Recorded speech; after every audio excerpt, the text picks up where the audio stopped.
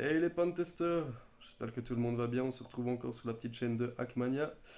Aujourd'hui on va voir le GDDH6, donc le guide du débutant hacker qui a pour titre Metasploit crée un payload avec The Fate Rate. En premier lieu, un payload c'est quoi? C'est un fichier malveillant que nous allons créer grâce à un script d'automatisation qui va nous permettre d'avoir accès à une machine à distance. C'est simple, pour l'instant rien de très compliqué. Vous allez voir que le script que je vous propose ici automatise les tâches qui sont normalement un peu plus longues à faire. C'est pourquoi j'utilise donc the fate rate. Et un RAT, c'est quoi? Un RAT, R pour remote, A pour administration et T pour tool, ce qui donne en français outil d'administration à distance. Vous vous êtes sans doute déjà demandé comment certains hackers arrivaient à rentrer sur votre ordinateur. C'est très simple, c'est grâce à cette technique. Cette technique n'est pas la seule, il en existe pas mal, mais ici on va voir la plus facile à faire pour un débutant, c'est-à-dire vous. Voilà. Donc maintenant, vous allez pouvoir enfin comprendre comment les hackers fonctionnent afin de venir sur votre machine. À savoir que principalement, vous retrouverez ce payload, donc ce virus, surtout dans tout ce qui touche au torrent, donc les liens, les torrents que vous téléchargez par exemple pour avoir des films, des musiques, etc. Ils se cachent souvent dans les fichiers texte, lisez-moi, ou par exemple dans les images des albums quand vous téléchargez vos MP3. Voilà, voilà. Donc je vous présente maintenant le GDDH6 et on se retrouve sur le bureau de Kali. Alors voilà, voilà, là on se retrouve sur mon PC et euh, comme la vidéo précédente, on va se retrouver sur GitHub. Pourquoi? Tout simplement parce que The Fate Rate n'est pas disponible sur Kali Linux. Donc on va le télécharger et je fais ça tout de suite en même temps que vous. Je passe donc sur Linux, hop, voilà. Donc j'ai déjà lancé le script d'installation que je vais quitter et que je vais refaire avec vous. Hop, voilà.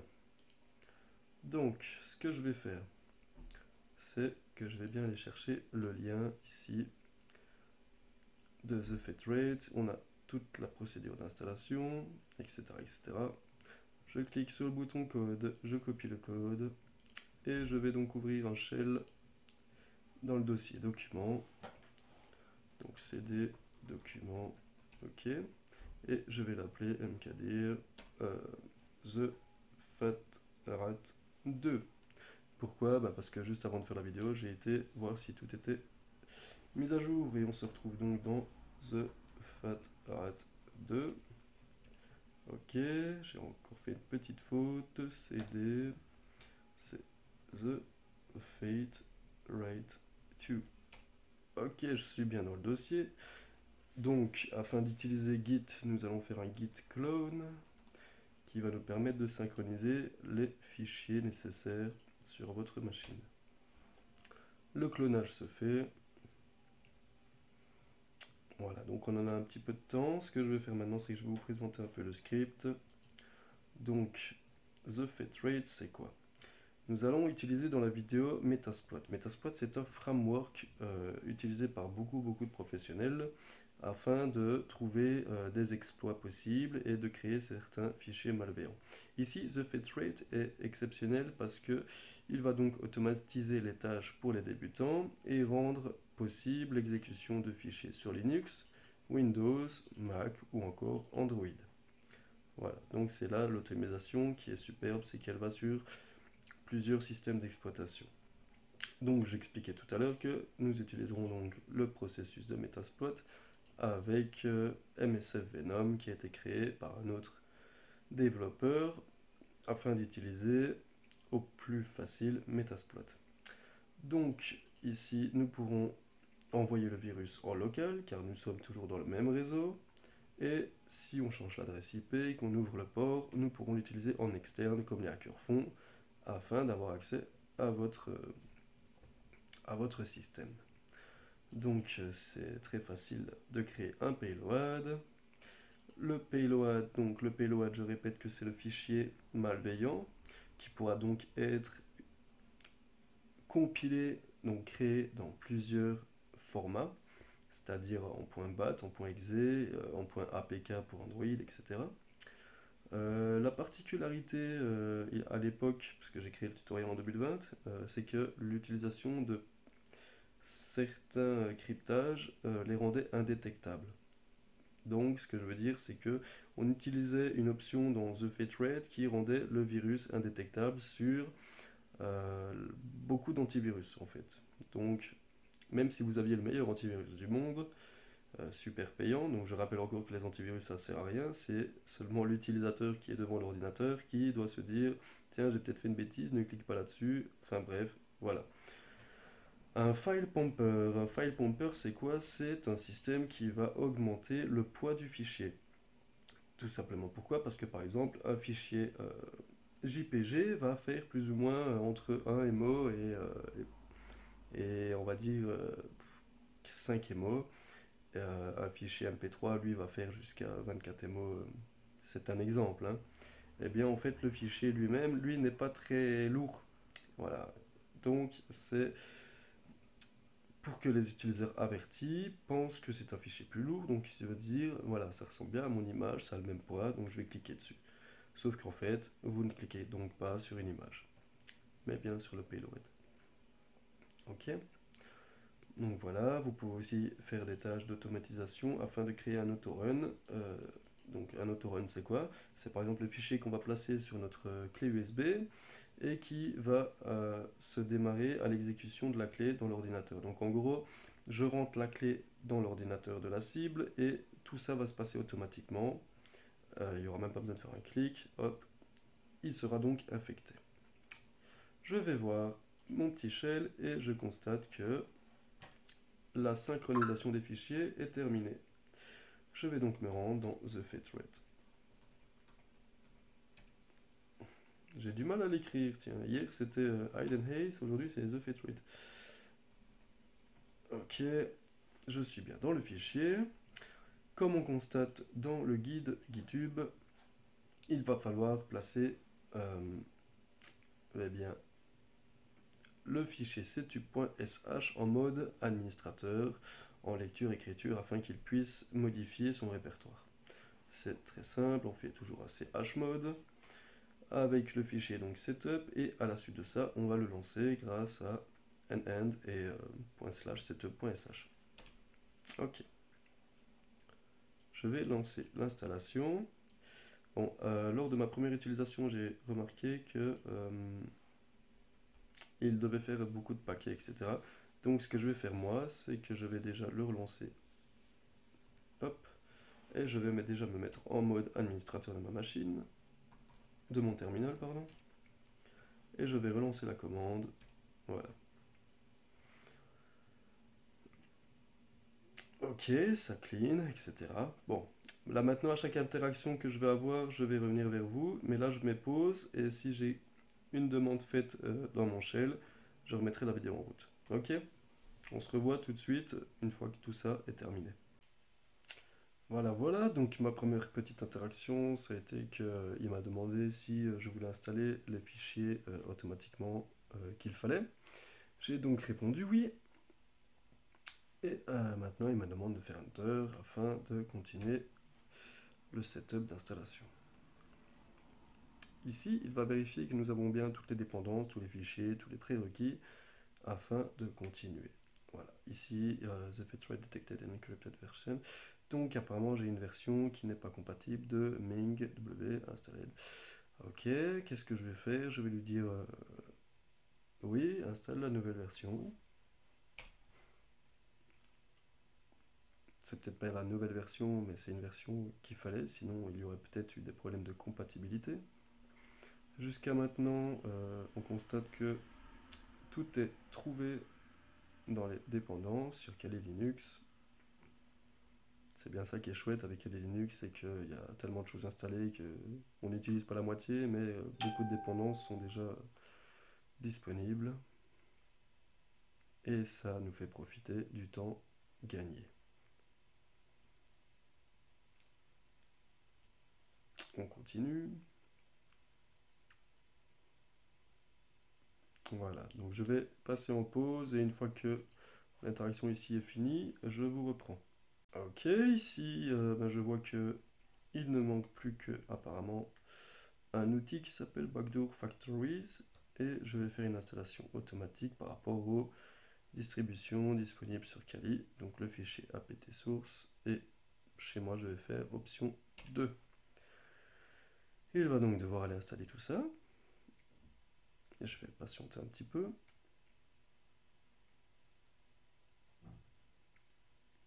Je remets la vidéo en pause. Non, pas besoin. Voilà. Donc il a installé Backdoor Factory, il a cherché Search Exploit. Ok. Donc ici, il va nous demander le dossier où il pourra créer le payload. Donc une fois qu'on aura fait toutes les options, etc., il va nous demander de générer le fichier. On va donc dire qu'il va aller dans le fichier root. Voilà, tout simplement, parce que c'est plus facile. Et on va l'appeler bah, fatrat generated. Ok. Donc, il nous demande une confirmation, Enter, ok. Voulez-vous créer un raccourci? Non, j'ai pas forcément envie de besoin de mon petit raccourci. Installation complète, to execute fatrat, write into fatrat. Ok. Maintenant, on va pouvoir vérifier s'il y a des mises à jour grâce à la commande update. Ok, je vais simplement la copier, revenir sur mon shell et la coller. Voilà. Il refait un petit tour de l'installation afin de voir s'il n'y a pas des mises à jour à faire. Et nous allons voir cela tout de suite. D'accord.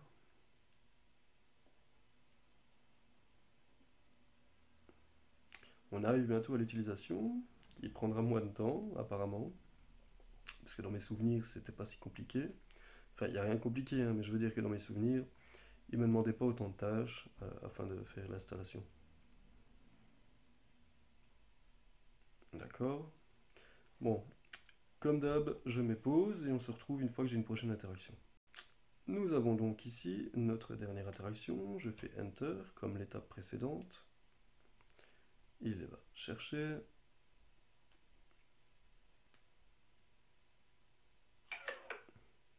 Bon, cette fois-ci, je vais dire non parce qu'il était censé déjà l'avoir fait. Ça va peut-être poser problème, je ne sais pas. J'ai pas encore exécuté de payload ou généré de payload.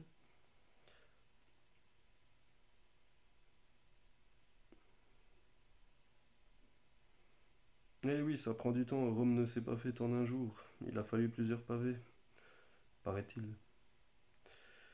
Pom pom pom pom. Donc, une fois cette étape-là terminée, nous pourrons lancer The Fait Thread normalement et avoir notre petite commande.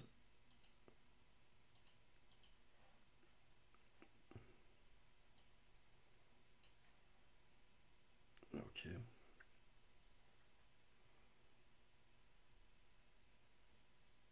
Bon, désolé, mais je suis un peu fatigué là. J'ai joué à Call of mode zombie pendant longtemps.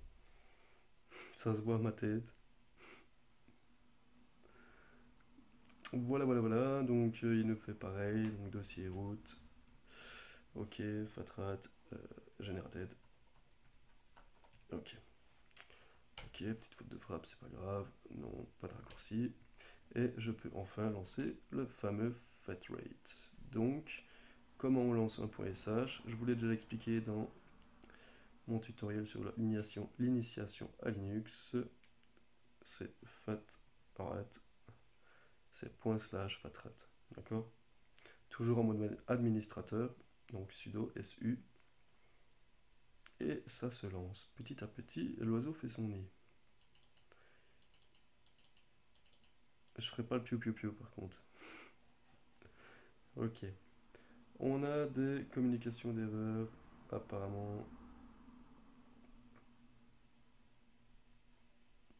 J'ai pas eu le temps de lire, ça a été un peu vite.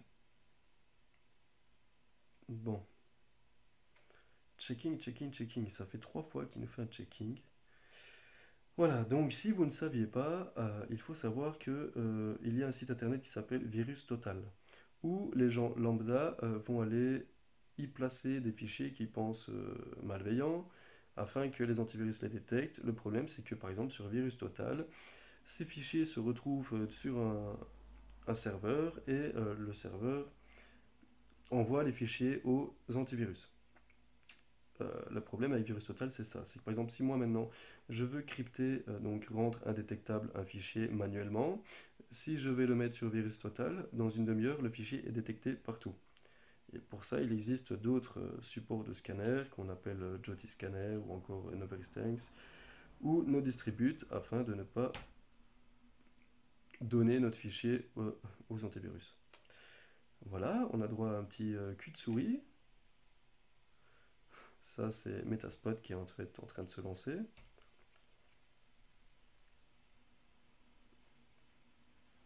Ok. Ici, le logiciel est donc lancé. Vous avez les détails du développeur. Et alors là, je vais aller suivre le tutoriel, effectivement, que j'ai créé. Hop, hop, hop. Ok, vous voyez, il y a une différence d'il y a 2 ans quand même. Voilà. Donc, la configuration de base pour les payloads via l'host et le port. C'est-à-dire qu'il va falloir rediriger les personnes qui exécutent ce fameux payload, donc le virus, sur votre adresse IP. À savoir que pour connaître votre adresse IP en mode LAN, donc en local, dans Kali, vous tapez IP ADDRESS. Voilà. Et chez moi, par exemple, l'adresse IP va donc être 192.168.1.6. D'accord? Donc, je retourne sur The Fate Rate. Voilà. Pam, pam, pam, pam, pam, pam. Et je vais utiliser l'option 13 afin de faire cette configuration. Impossible de lire le fichier anon, aucun fichier de type de dossier. No file detected. Tout simplement parce qu'on ne l'a pas encore fait, donc on va faire créer le fichier. Voilà. Donc le lhost, c'est mon adresse IP IPv4 qui désigne donc mon ordinateur en LAN.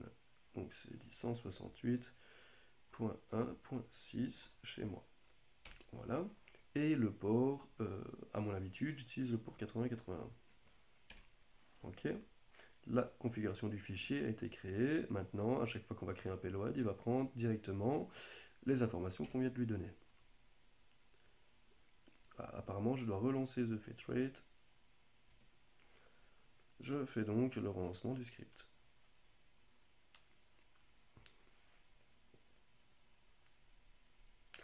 J'aurais plus mis du temps à attendre que tout se lance que du temps à tout vous expliquer, apparemment.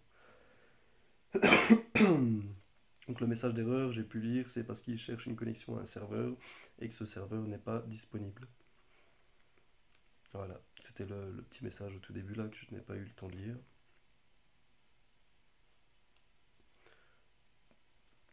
Ok. Le serveur Metasploit fonctionne. Vous voyez, c'est ça les tâches d'automatisation, c'est-à-dire que vous auriez déjà dû lancer le serveur chez Metasploit, faire la configuration des ports, de l'IP, et là c'est moins compliqué. Voilà. Donc je retourne sur le tutoriel. Voilà, voilà. Donc c'est ce qu'on vient de faire, hein. C'est créer la config. Avant, nous utilisions la config ifconfig, pour avoir la commande pardon, ifconfig afin d'avoir notre adresse IP, mais depuis Kali a évolué et maintenant c'est IP adresse. Voilà. Donc je vais donc créer un load, l'option 9 normalement, je vais aller vérifier. Et l'option load, c'est toujours la même option. Un auto-listener. Un auto-listener, c'est quoi? C'est-à-dire que ça va créer un service qui va rester en écoute sur le port 80-81 afin d'attendre que quelqu'un vienne se connecter quand il aura cliqué sur ce fameux virus. D'accord? Donc, option 9.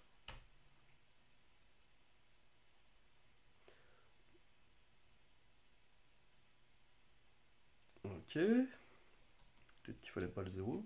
Voilà. Il ne fallait donc pas le 0, juste taper 9. Voilà. Alors, un listener for payload Linux, c'est ce que je disais tout à l'heure, c'est que ça fonctionne sur plusieurs plateformes, telles que Linux, Windows, Mac et Android. Nous, ce que nous allons faire, bah, c'est que je vais utiliser la machine sous Windows. Donc, option 2. Normalement, dans le tutoriel, je me semble que j'ai bien fait l'option 2, effectivement. Voilà. Alors ici, ce sont les différentes possibilités d'attaque, on va dire ça comme ça, donc de méthode de pénétration que Metasploit va pouvoir nous permettre d'exécuter. Retournons sur le tutoriel. Donc dans le tutoriel, j'utilise l'option 3, Meterpreter et reverse TCP. En fait, c'est le plus simple, c'est le moins compliqué. Ça utilise le protocole TCP. Le protocole TCP, si tu ne sais pas c'est quoi, sache que sur Internet, il y a le protocole UDP et TCP, ce qui sert par exemple à te connecter à des serveurs de jeux, etc., etc. Voilà, par exemple, HTTP, c'est tout ce qui est service web. Donc, j'utiliserai l'option numéro 3 afin de refaire un reverse TCP qui est le plus facile à effectuer.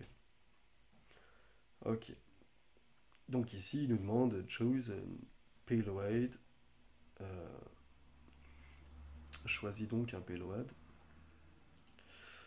Je retourne sur le tutoriel et je vois que sur le tutoriel, j'ai pris le module 1, sysinfo.rc, qui à l'époque, à mon avis, était le plus simple à réaliser pour les débutants.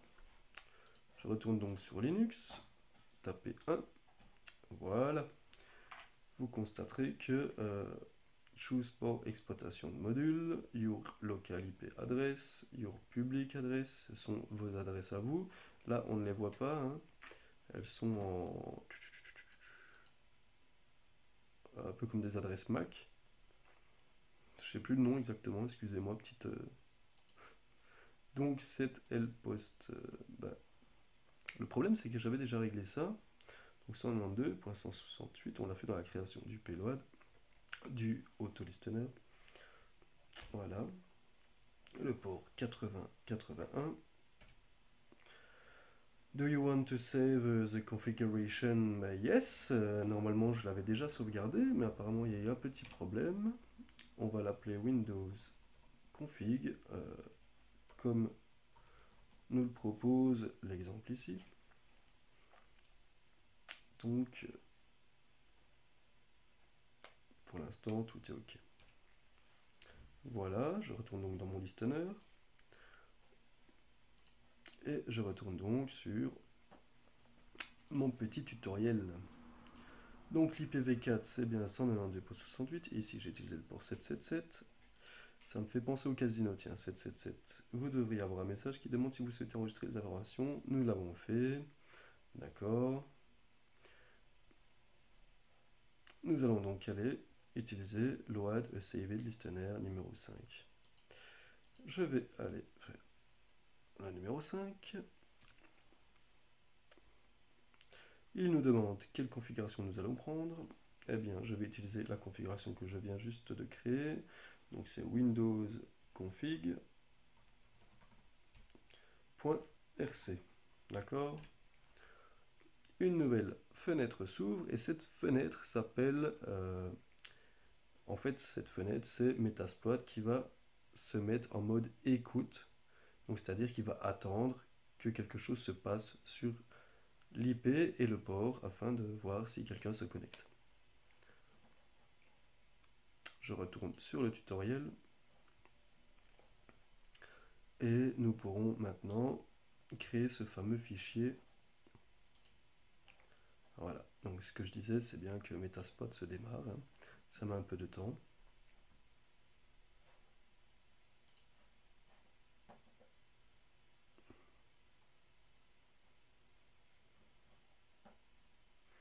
D'accord. D'accord. Ok.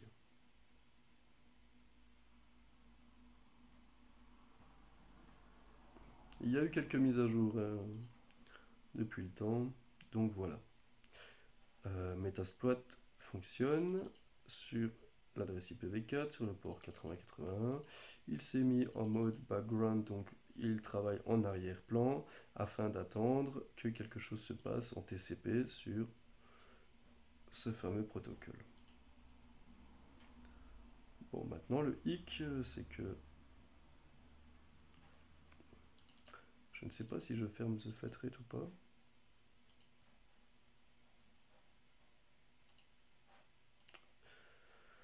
Pam pam pam pam. Voilà, le listener est fait. Je vais aller vérifier, tiens, dans le dossier route.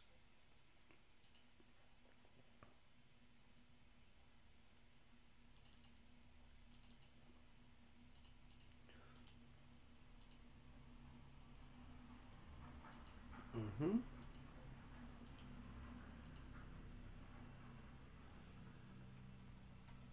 Petite sécurité chez Kali, c'est qu'on ne peut pas accéder au dossier route si vous n'êtes pas directement en tant qu'administrateur.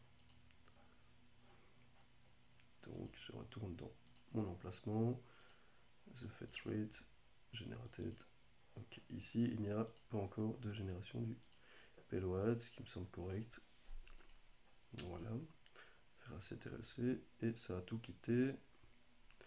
Donc ce que je vais faire, c'est que je vais relancer The Fat Rate. Nous allons créer le payload en premier et en deuxième, nous allons donc placer l'écoute. Donc un petit moment. Avant, il n'y avait pas ça. Alors, avant, en fait, Metaspot se tapait une fenêtre, ok, il s'ouvrait, il démarrait, et le script se fait rate, lui, nous proposait de revenir en arrière. Bon, ici, c'était pas le cas, c'est pas grave. Nous allons générer le fichier et refaire la manipulation. Vous avez vu? Virus total, on n'y va pas, hein. Attention, hein. Ok, on a encore droit à notre petit cul de souris. Voilà. Donc, afin de créer un backdoor, je vais retourner sur le tutoriel afin de faire la même chose pour que la vidéo soit correcte face au tutoriel. Nous créerons donc avec l'étape 6 un fichier.bat. Ok, je vérifie. Create full backdoor. Allez, 6. Ok, option 1. Alors ici, il va nous demander le nom du fichier que nous appellerons Pwned.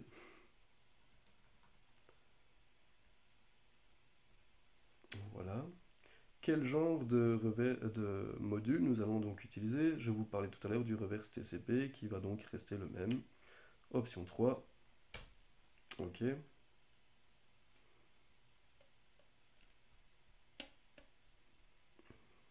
Ici, vous pouvez voir que le backdoor est en train de se créer. Donc bien avec votre IP, le port, le nom Pwned et le module du payload reverse TCP. Là, par exemple, on peut voir ici au-dessus que mon processeur est en train de péter un câble. Utilisation à 100%, c'est parce qu'il est en train de générer ce fameux fichier. Alors là, on a droit à plein de choses bizarres, et ce fameux fichier, en fait, c'est tout ce code. Le code que vous voyez ici est crypté, hein. Donc vous ne le verrez pas. Voilà.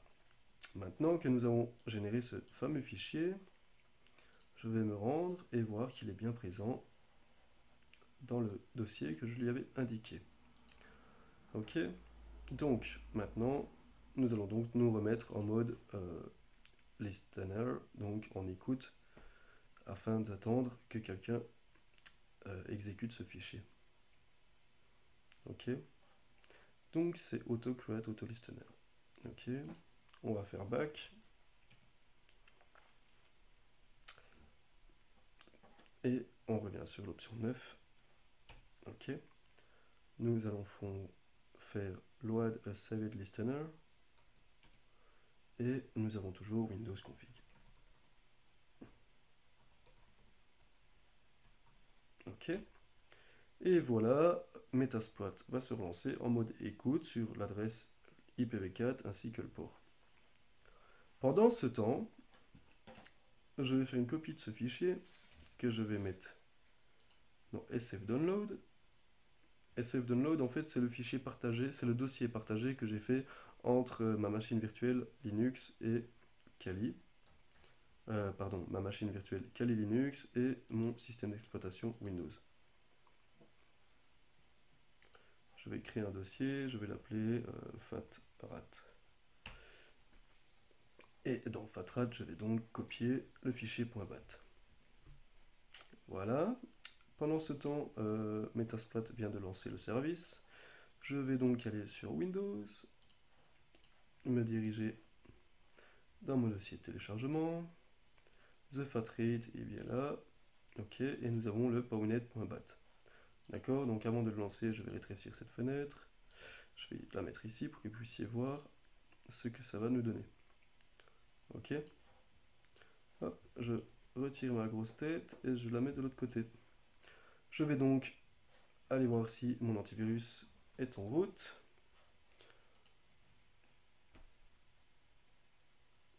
Ok. Mon Windows plante aussi bien que mon Linux. Il faut dire que là, je prends beaucoup de ressources. Hein. J'ai le logiciel de montage vidéo qui est en route, j'ai la machine virtuelle. Bon, c'est pas grave. Ok, je double-clique sur le PowerBunt. Ok. Voilà, j'ai double-cliqué dessus.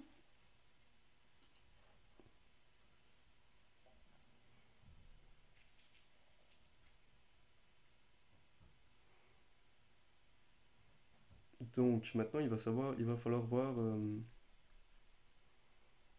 si il y a bien une victime de connecter. Pour cela, nous utiliserons la commande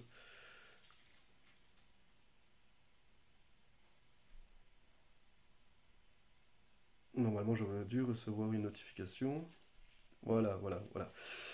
Ok, excusez-moi, je suis dans la vitesse et j'ai pas la performance faite pour aller très vite.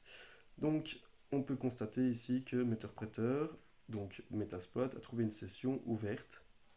Donc, 192.168.1.6, c'est moi, et qu'il est connecté à ma machine Windows, 192.168.1.5, c'est bien moi. Voilà, le payload est donc bien démarré sur Windows. D'accord. Ok, pour prendre le contrôle de la session, on va utiliser la commande session i.1. D'accord. Donc on va retourner sur Kali Linux et faire session afin de ne pas me tromper dans la commande. Je vais faire ceci, réagrandir cette petite fenêtre. Donc session i et L pour listener. C'est pas un 1, c'est un L, il me semble. Invalide session. Donc on va essayer un i alors. Non, un 1. Voilà, c'était pas un L, c'était un 1. On va dire que je suis un peu dyslexique aussi. Donc voilà, vous avez infecté votre machine sous Windows. La connexion est faite. Nous allons pouvoir faire un screenshot par exemple. C'est une des commandes qui sont disponibles. Donc screenshot. Pour enfin voir ce que la victime est en train de faire sur son ordinateur tout simplement. On voit ici que par exemple le screenshot a été fait et qu'il se trouve dans TheFatra2 et qu'il porte le nom A, P, enfin bref, vous avez vu. Je vais donc voir dans mes documents, TheFatra2, hop, et il est là. Voilà. Donc de là, nous avons réussi à prendre un screen. J'ai vraiment la belle tête. Ah là là, j'aurais pas pu faire un meilleur screen. Donc de là, nous avons réussi à faire notre première commande afin de récupérer le bureau de la personne. Donc de là, nous savons voir ce qu'il utilise comme antivirus, l'heure qui est chez lui, la langue du système. On va pouvoir voir les logiciels qu'il utilise, afin par exemple de voir s'il cherche des cracks pour certains logiciels. Et bien, pouf, tiens gros, j'ai justement un crack pour toi. Enfin bref, voilà.